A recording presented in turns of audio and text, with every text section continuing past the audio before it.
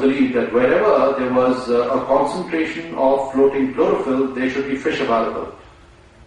So what we did was that we picked up the latitude and the longitude, and we conducted trials back in Veerampattinam. And this is probably the 10th day, and I'm back at Veerampattinam trying to understand if the fish will now talk. And we found that the fish spoke to us and said, "Hey, this is where we are." So the next morning when the fishermen set sail, we sort of went out to them. We figured out that the finding was true. So what we did was that through the medium of the MSSRF, the MS Swaminathan Research Foundation, we set up a server at the MSSRF headquarters,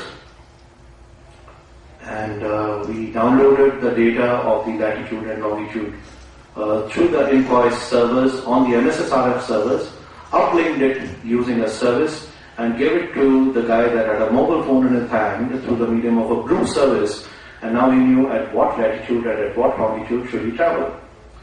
Now, that's just the first step really, and there were several that were to come. The next issue was that we needed to keep the fishermen safe, because merely giving him information terms of where the fish was available wasn't enough. So we needed to keep him safe. So we said he needs to understand the wave height, the wind velocity, and possibly even the wind direction, because if we could possibly provide him with fish pricing on the phone, then there's a possibility that he'd not have to return back to his base, but could actually travel while still at sea from one port to the other. There are some 22 major ports and some 220 minor ports. So he said he could possibly travel to one of the ports and sell his fish off at a port where he got a much more remunerative price. Now there is a social angle to this. It looks very good. Clinically, it looks very good. And you'd say, wow, you had it all going. But it wasn't simple. Because when we went ahead and experimented, and the experiment succeeded, and now we needed to populate the service, we were told to leave the village. Because the people didn't want us anymore. And we discovered they didn't want us anymore because all these villages are today subservient to the local moneylender, who's responsible for getting their daughters married off, building their houses, sending their children out of the state or wherever for education, etc. So the villagers said, no, we don't want you.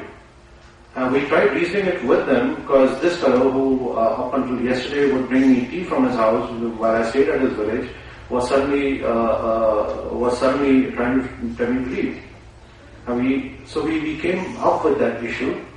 I would like to get into the details, but it took us nearly 8 months to wear that entire resistance down, and not one bit with any help from the villagers. Entirely on our own, we needed to persist, and eventually brought it all down. But today, what that opens up for us is 8,100 kilometers of India's coastline. So that is the opportunity that we have, and that was fishing. The other experiment, which succeeded in doing very well, was together with another NGO called Technology for the People, TFTP.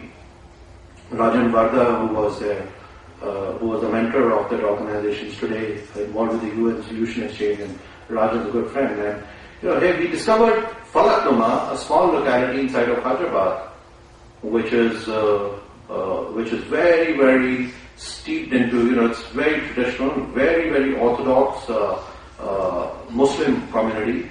Not many people are even allowed to enter there because they don't want their women to come up and be able to meet strangers and so on. So it took us some time before we could even enter that community. Having entered there, we discovered a whole bunch of these girls who we were told were very good at the art of applying henna. So from henna artists, we converted these girls into graphic designers. And from earning some 200, 300 odd rupees a month, the girls are today earning about 3,000, 4,000 rupees a month. And they are today doing some work for some studios that are based in Hyderabad. They have outsourced work, including even from the Hollywood studios. And it is these girls, because the basic format of doing computer graphics still continues to be a hand drawing. And for the first time in the history of independence India, in 2006, 26th of January, they unfurled the national flag. So those are essentially the issues that I had and that I needed to discuss with you. One large format very large format on which I'm currently working pertains to the financial world, which is financial inclusion. And we find that out of 100 people in this country, and this has been borne out, admitted also by the RBI, 80 out of 100 people don't have bank accounts. Statistics say 68, 32% total number of accounts versus total population. Considering you and I have 2 to 3 bank accounts, the figure is about 20 people out of 100 only have bank accounts. The balance 80 don't even have bank accounts. And now I'm going to touch upon the issue of subsidies. So what happens when people don't have bank accounts is this, that they don't have the incentive to save. And they possibly keep on their person not exceeding about a month's subsistence by way of cash. And when they don't have the incentive to save because they don't know where to store that kind of money, they blow it away in liquor, booze, what have you, and and then there is disease, and then the government healthcare system needs to kick in and continue to give them subsidies. Half of that goes away from chara gotala, and so whatever happens.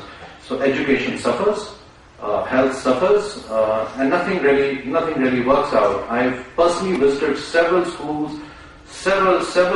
at least 100 schools in the rural parts of the south of India, and I've discovered